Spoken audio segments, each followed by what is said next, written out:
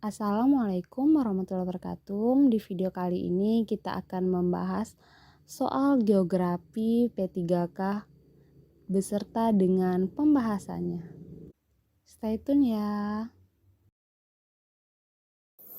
Kita masuk ke nomor 1. Refleksi terhadap pembelajaran mutlak harus dilakukan oleh pendidik untuk meningkatkan mutu pembelajaran dan meningkatkan kinerjanya sendiri. Refleksi pembelajaran sebaiknya dilakukan dengan memperhatikan beberapa prinsip berikut ini, kecuali A. Ada kesadaran bersama pendidik dan peserta didik untuk meningkatkan kualitas pembelajaran. B. Penilaian oleh peserta didik dilakukan dengan sangat kritis. C. Penilaian dilaksanakan sejak awal pembelajaran sampai akhir pembelajaran. D. Hasil penilaian oleh peserta didik dijadikan masukan oleh pendidik untuk perbaikan pembelajaran. Sedangkan E. Untuk memperbaiki dan mengembangkan pembelajaran sesuai dengan mata pelajaran yang diampu. Kira-kira apa jawabannya?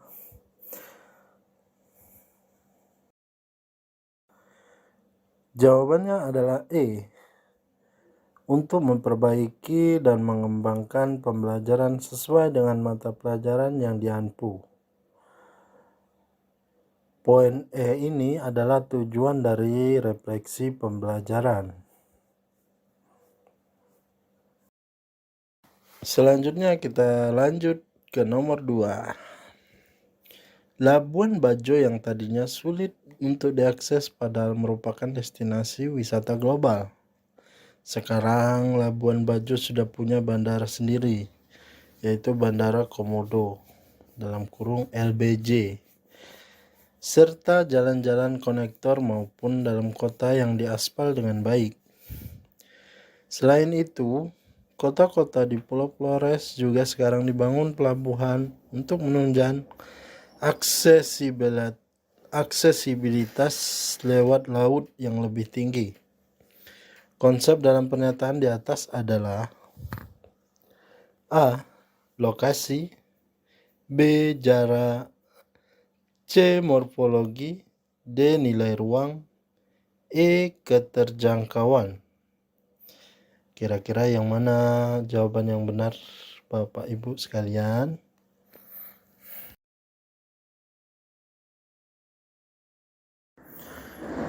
Jawabannya adalah E. Keterjangkauan. Konsep keterjangkauan meliputi seberapa mudah suatu lokasi dapat diakses dari lokasi lainnya. Dalam kata lain, keterjangkauan adalah hasil sintesa dari konsep lokasi dan konsep jarak. Ketika diaplikasikan dalam kehidupan sehari-hari, dalam memperhatikan keterjangkauan, aspek yang umumnya diteliti adalah ketersediaan sarana dan prasarana yang menunjang transportasi pada tempat tersebut. Selain itu, keterjangkauan juga meninjau aspek fisik seperti topografi dan bentang alam yang ada pada wilayah tersebut.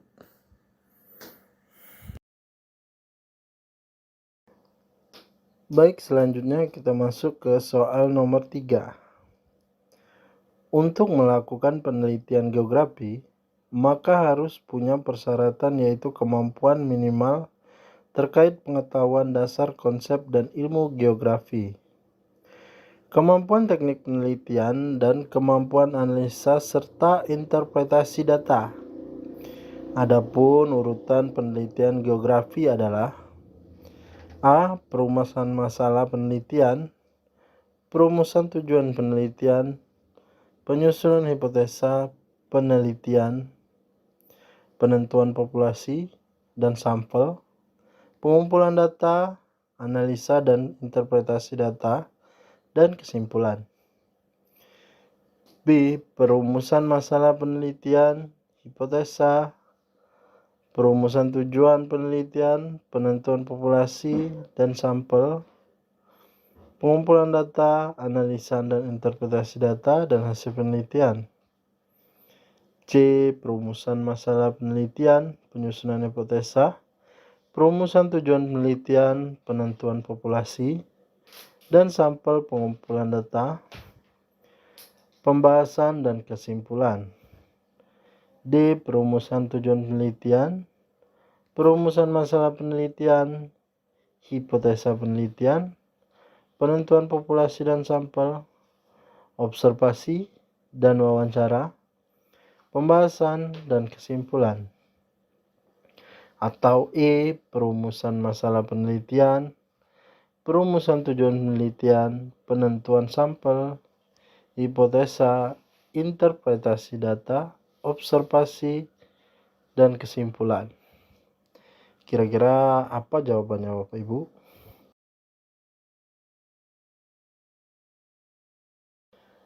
Jawabannya adalah A. Perumusan masalah penelitian, perumusan tujuan penelitian, penyusunan hipotesa penelitian, penentuan populasi dan sampel, pengumpulan data, analisa dan interpretasi data, dan kesimpulan.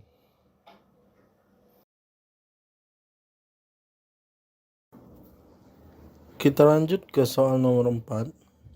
Proyeksi peta kerucut adalah proyeksi peta menggunakan bentuk kerucut sebagai bidang proyeksi. Proyeksi tipe ini cocok untuk memproyeksikan wilayah A. Eropa, B. Kutub Ekuator, D. Khatulistiwa, atau E. Amerika.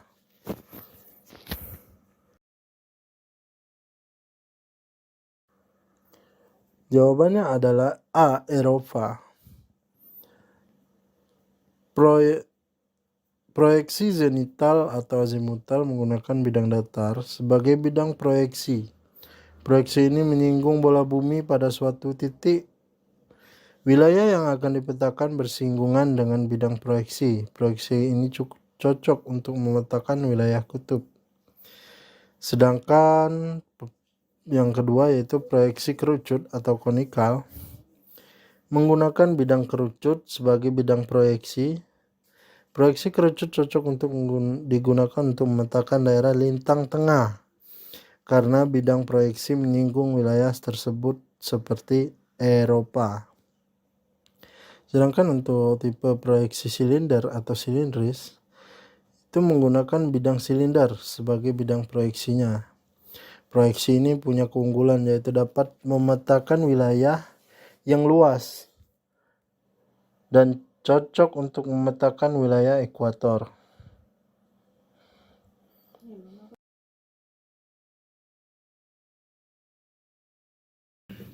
Kita masuk soal nomor 5. Hukuman adalah tindakan yang dijatuhkan kepada anak secara sadar dan sengaja, sehingga menimbulkan nestapa. Dan dengan adanya nestapa itu, anak akan menjadi sadar akan perbuatannya dan berjanji di dalam hatinya untuk tidak mengulanginya. Pemberian hukuman bertujuan kecuali A. Memperbaiki tabiat dan tingkah laku anak ke arah lebih baik dan dapat menyesali perbuatannya dan tidak akan mengulanginya lagi. B.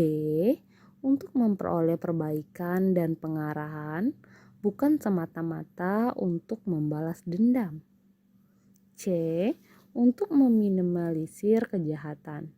Maksudnya di sini hukuman ini ialah untuk memperbaiki peserta didik agar jangan berbuat kesalahan semacam itu lagi. Untuk D, menimbulkan rasa takut kepada orang yang melakukan pelanggaran akibat perbuatannya, sehingga ia merasa takut untuk melakukan perbuatan tersebut dan mau meninggalkannya. E. Kehilangan perasaan bersalah karena kesalahannya dianggap telah dibayar oleh hukuman yang telah dideritanya. Nah, untuk soal nomor 5 ini kira-kira jawabannya apa Bapak Ibu?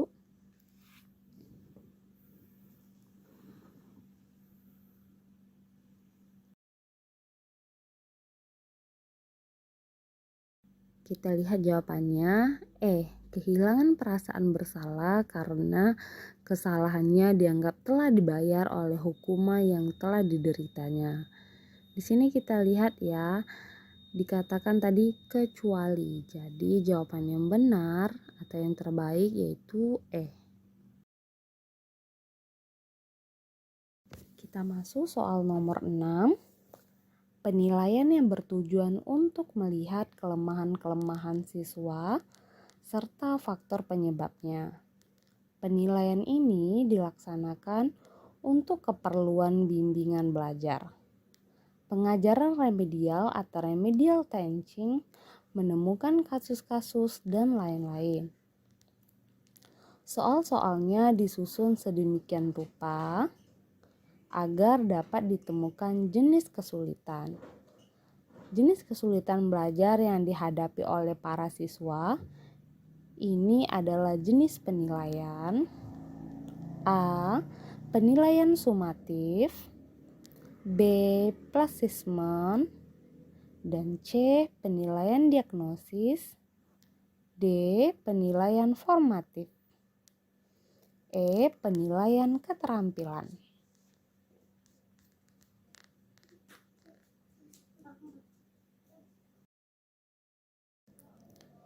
Kita lihat di sini jawabannya C. Penilaian diagnostik. Kita lihat pembahasannya ya Bapak Ibu. Penilaian diagnostik dilakukan terhadap hasil penganalisisan tentang keadaan belajar peserta didik, baik merupakan kesulitan atau hambatan yang ditemui dalam proses belajar. Penilaian diagnostik bertujuan untuk membantu kesulitan atau mengatasi hambatan yang dialami peserta didik pada saat mengikuti kegiatan pembelajaran pada suatu bidang studi atau program pembelajaran keseluruhan. Penilaian ini dilaksanakan untuk keperluan bimbingan belajar, pengajaran remedial, menemukan kasus-kasus, dan lain sebagainya. Baiklah Bapak Ibu, kita sudah hampir di penghujung video. Terima kasih sudah menonton. Jangan lupa subscribe and follow Ozrama Fitri biar saya semakin semangat untuk membuat videonya. Bye-bye. Assalamualaikum.